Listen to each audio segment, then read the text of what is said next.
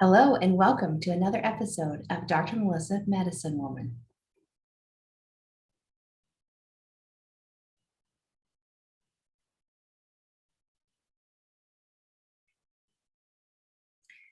Today, we are going to be talking about, is your armor on? Yes, so that's right. We're going to be talking about your immune system.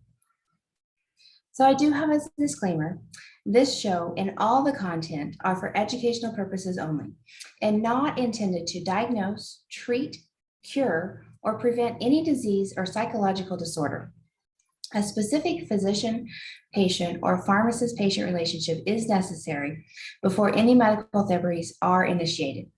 Consult your physician, pharmacist, or other qualified health provider with questions about your medical conditions and before starting or using any dietary supplements, herbal remedies, exercise, or nutrition plans. Today, we are going to learn about the immune system. You will learn how to support your immune system. You will learn what supplements are best to support your immune system. Well, who am I? Who is Dr. Melissa Medicine Woman?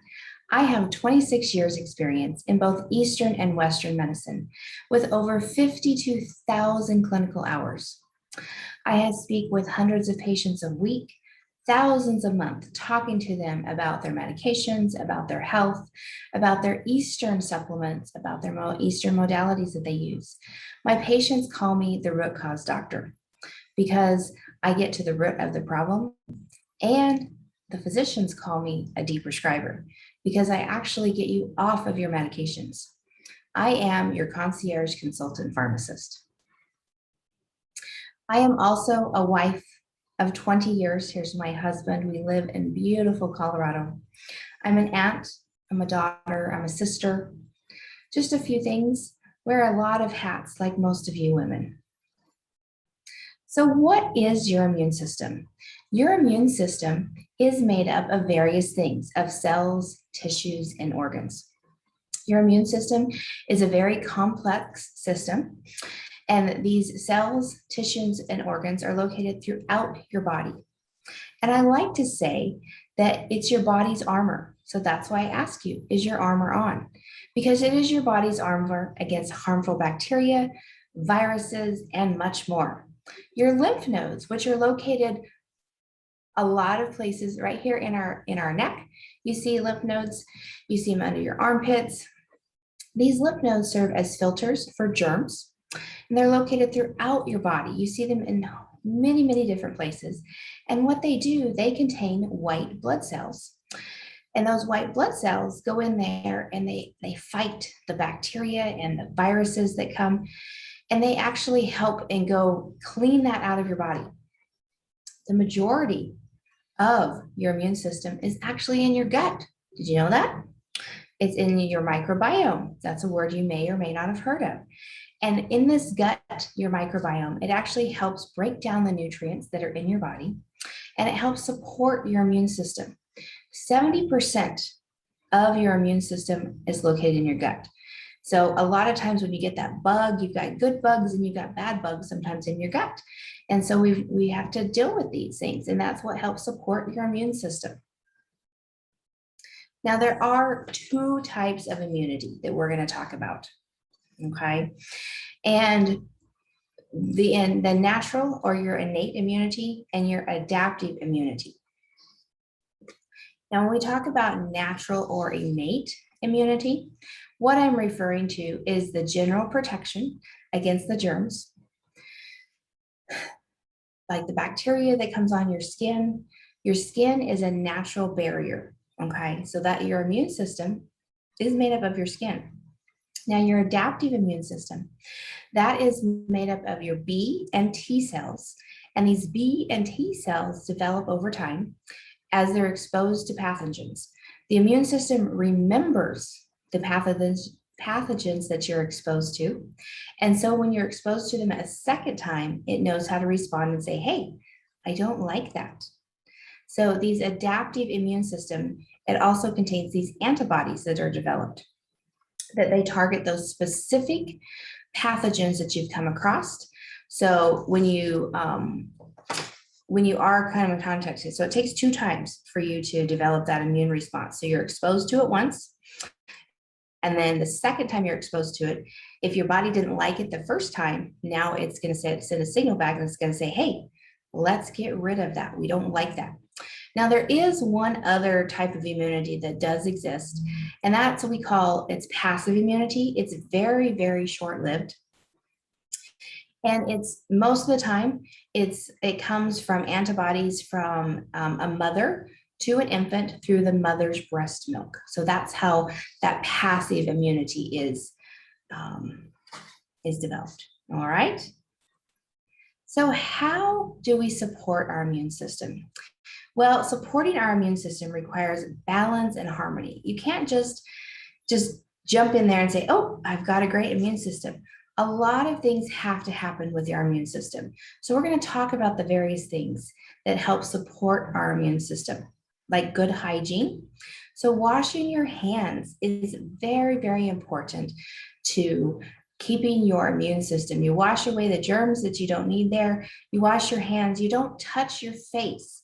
Don't touch your face, because when you touch your face, you are contributing germs into your system. And our eyes and our nose and our mouth are orifices that attract those germs, and they just get filtered into our body. And so good hygiene, wash your hands, don't touch your face. Bathing frequently is very good to help keep those germs at bay.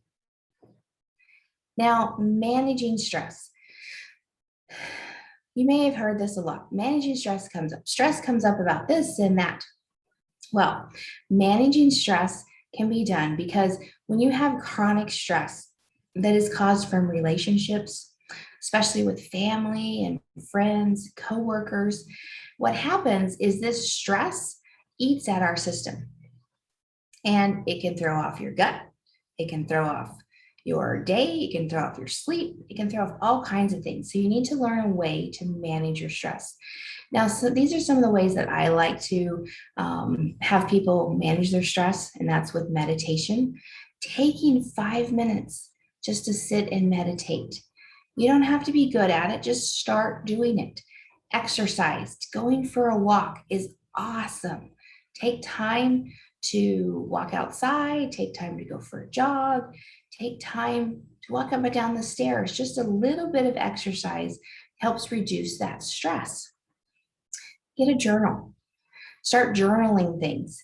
Write down things that are stressing you out, things that you can't control.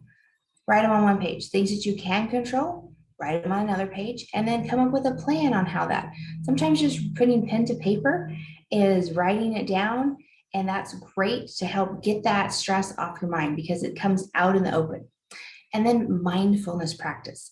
Being mindful of how you do things, being mindful of what you eat, being mindful of what you say, being mindful of how you react to a situation, how you react to yourself, how you talk to yourself, okay? Now, we also look at what you're eating. So what you eat helps with your immune system. So eating a healthy, nutritious diet, such as fruits and vegetables, nuts, limit the amount of sugars and unhealthy fats. Now, fat is good. There's healthy fat out there, such as avocados. Those are very good for you.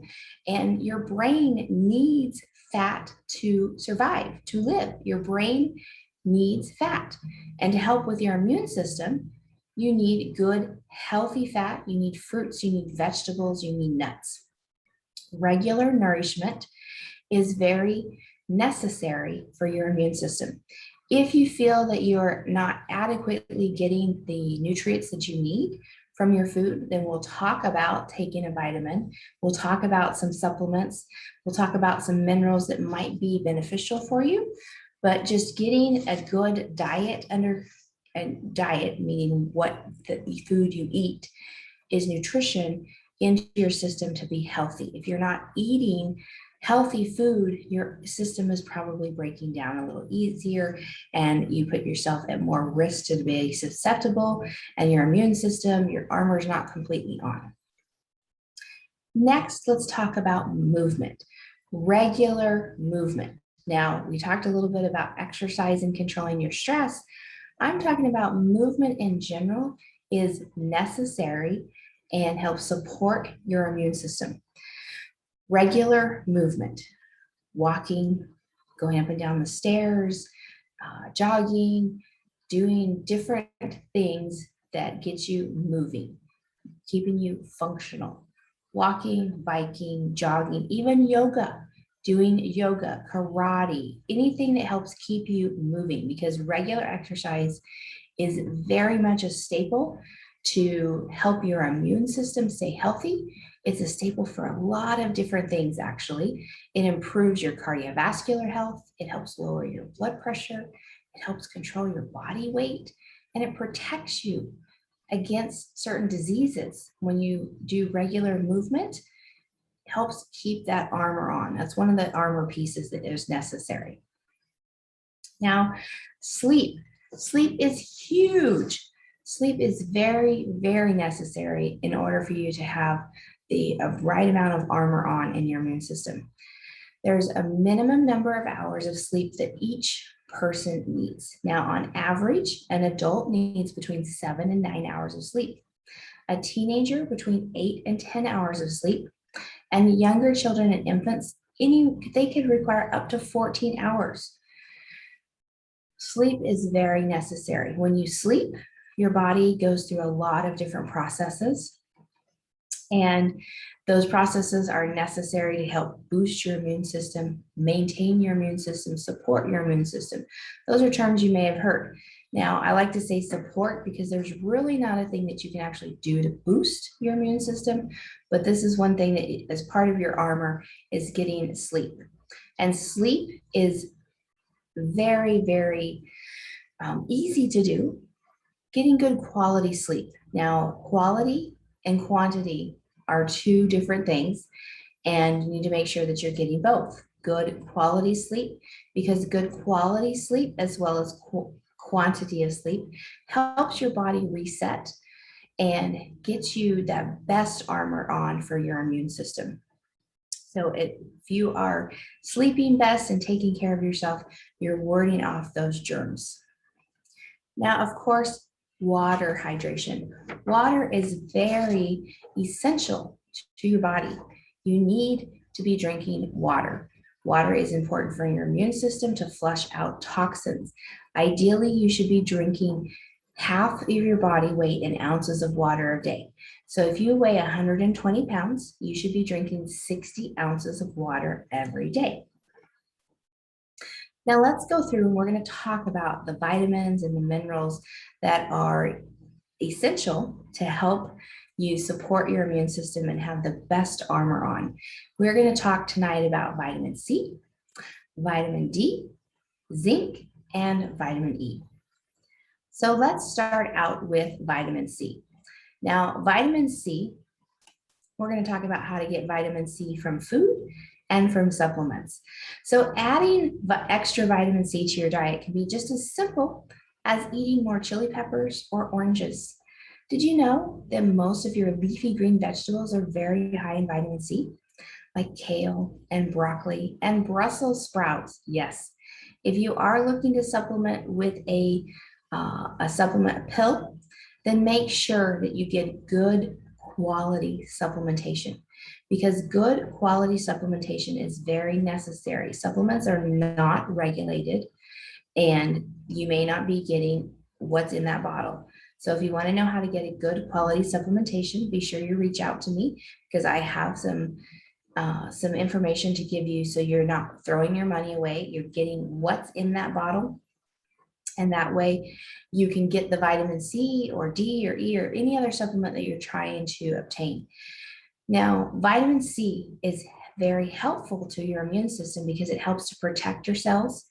It absorbs iron, and it helps produce collagen. And the amount of vitamin C necessary averages anywhere between 500 and 1,000 milligrams a day is usually good. Now, too much vitamin C can lead to problems, and this is usually more than 2,000 milligrams of vitamin C a day. It can cause nausea, it can cause diarrhea, it can cause heartburn, it can even cause gout and kidney issues. So you got to be careful how much vitamin C you're taking. You don't want to overdo it. And that comes in how much you're getting from your food and from your supplements. So you need to be able to add those together, making sure that if you are using supplements, that you're getting good quality supplementation, because those supplements are not created equally. Now let's go ahead and talk about vitamin D. Now, vitamin D is often called the sunshine vitamin because vitamin D we can get from the sun. And we can also get vitamin D from food and, of course, from a supplement. Now, vitamin D is very necessary to be increased to help to support your immune system. Most Americans, if you live in the northern hemisphere, are not getting enough vitamin D from just walking out into the sun.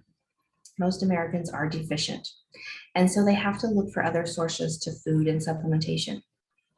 Now, the flesh of fatty fish, such as trout, salmon, and tuna, have vitamin D in it, and you can get the amount of vitamin D that you need from that. Vitamin D is necessary for your immune system. It also helps to promote calcium absorption, helps reduce that inflammation, which is part of your immune system, and it also helps to function with cell growth. So your body is naturally recycling itself all the time. Now, vitamin D deficiency, if you're not having enough vitamin D, can lead to problems with your bones. They can be defective, and you can lead to weak bones and even bone loss, and that's not good. Now, high levels, too much vitamin D can cause a problem as well. It can lead to nausea, vomiting. It can lead to some neuropsychological disturbances, and it can lead to kidney stones as well. So too much, not good. Too little, not good. Just right is the amount that you are looking for to have the best benefit for your armor of vitamin D to help support your immune system. Now let's talk about zinc. Now, zinc you can get from food and from supplements. Now, oysters contain more zinc than any other food out there. Now, red meat and poultry do have some zinc in them, and you can get almost the amount that you need from that. Also, other great sources of zinc, beans, nuts, different types of seafood such as crab and lobster, and then of course whole grains. And then oftentimes you'll see things that are fortified with zinc, such as your dairy products and some of your breakfast cereals. Now, zinc is one of those things that you don't want to have too much, because if you get too much zinc, you could lead to problems as far as nausea and GI disturbances. Now, here's the thing. If you have had a GI surgery or a digestive disorder, you're probably not absorbing zinc correctly to begin with. So let's talk about that. We need to make sure that you're getting the right elemental zinc to be able to absorb. Now, if you're alcoholic, you're not probably absorbing zinc very well either, because the alcohol or the ethanol decreases the absorption of that zinc. And that could be an issue as well.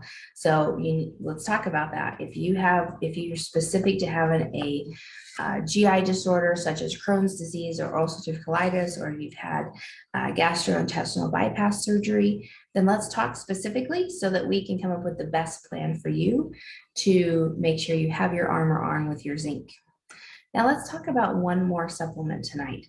Let's talk about vitamin E.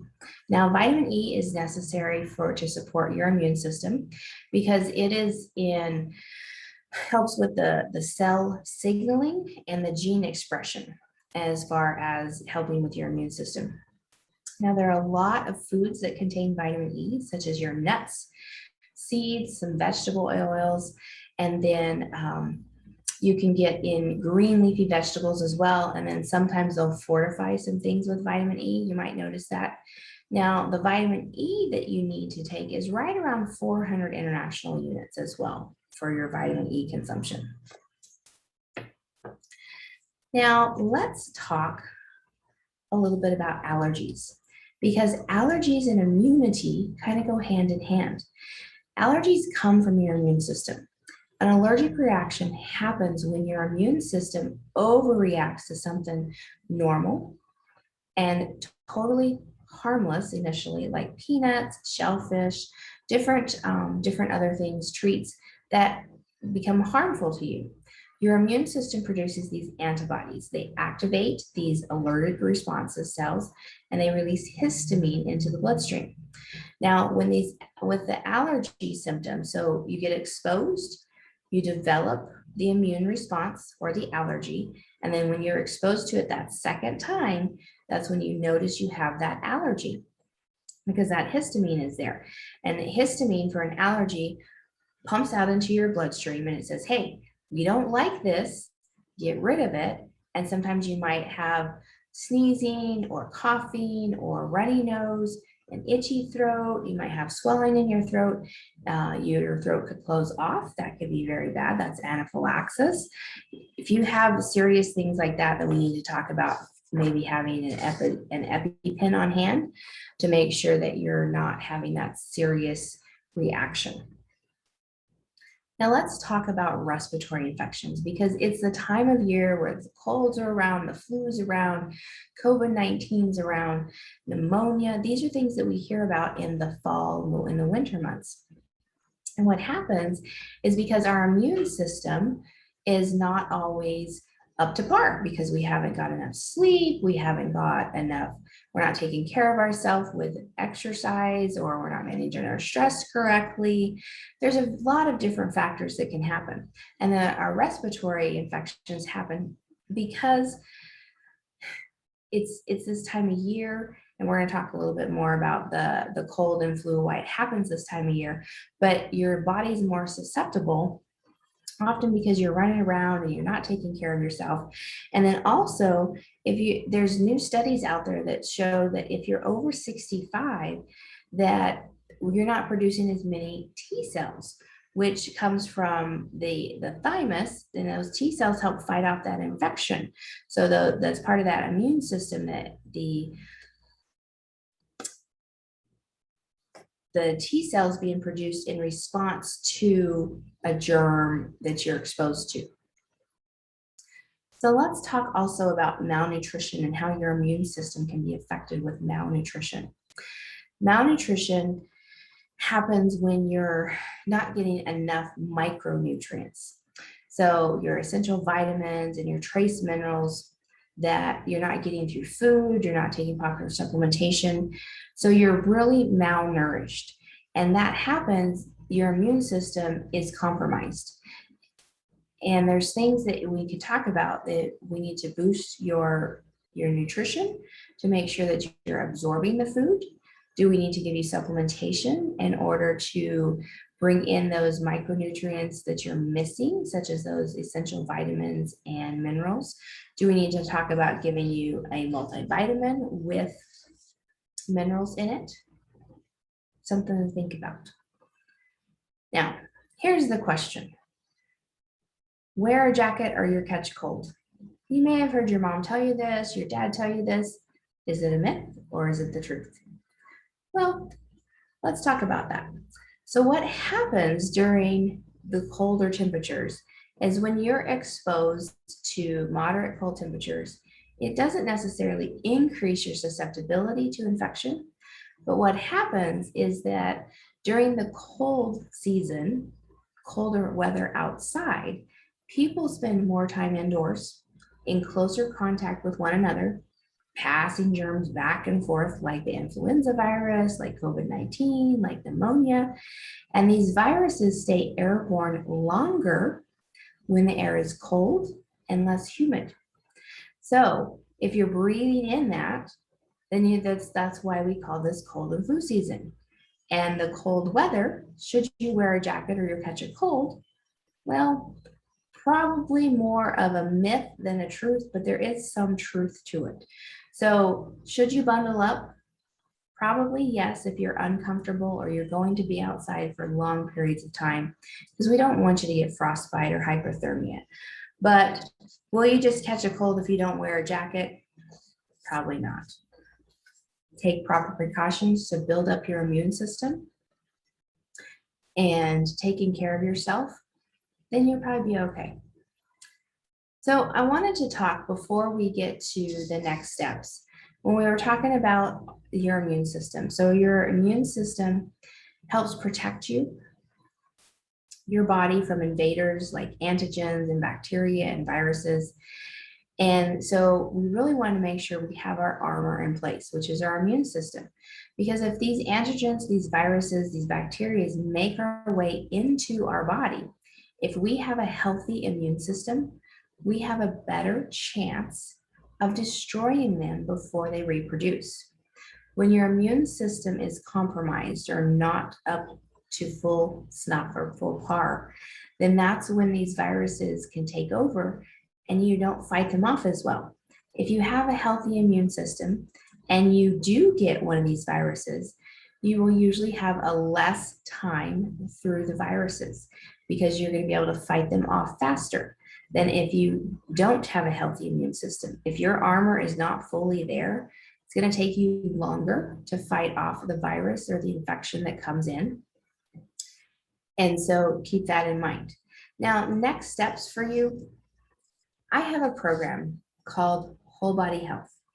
And the Whole Body Health program talks about these pieces in place that are necessary in order for you to have a healthy immune system. It's also necessary for you to have good whole body health. Because imagine, what if you had everything in place? You're getting proper sleep, you're taking care of stress, you're getting proper nutrition. Are you looking to do all these things so that you can have a healthy immune system?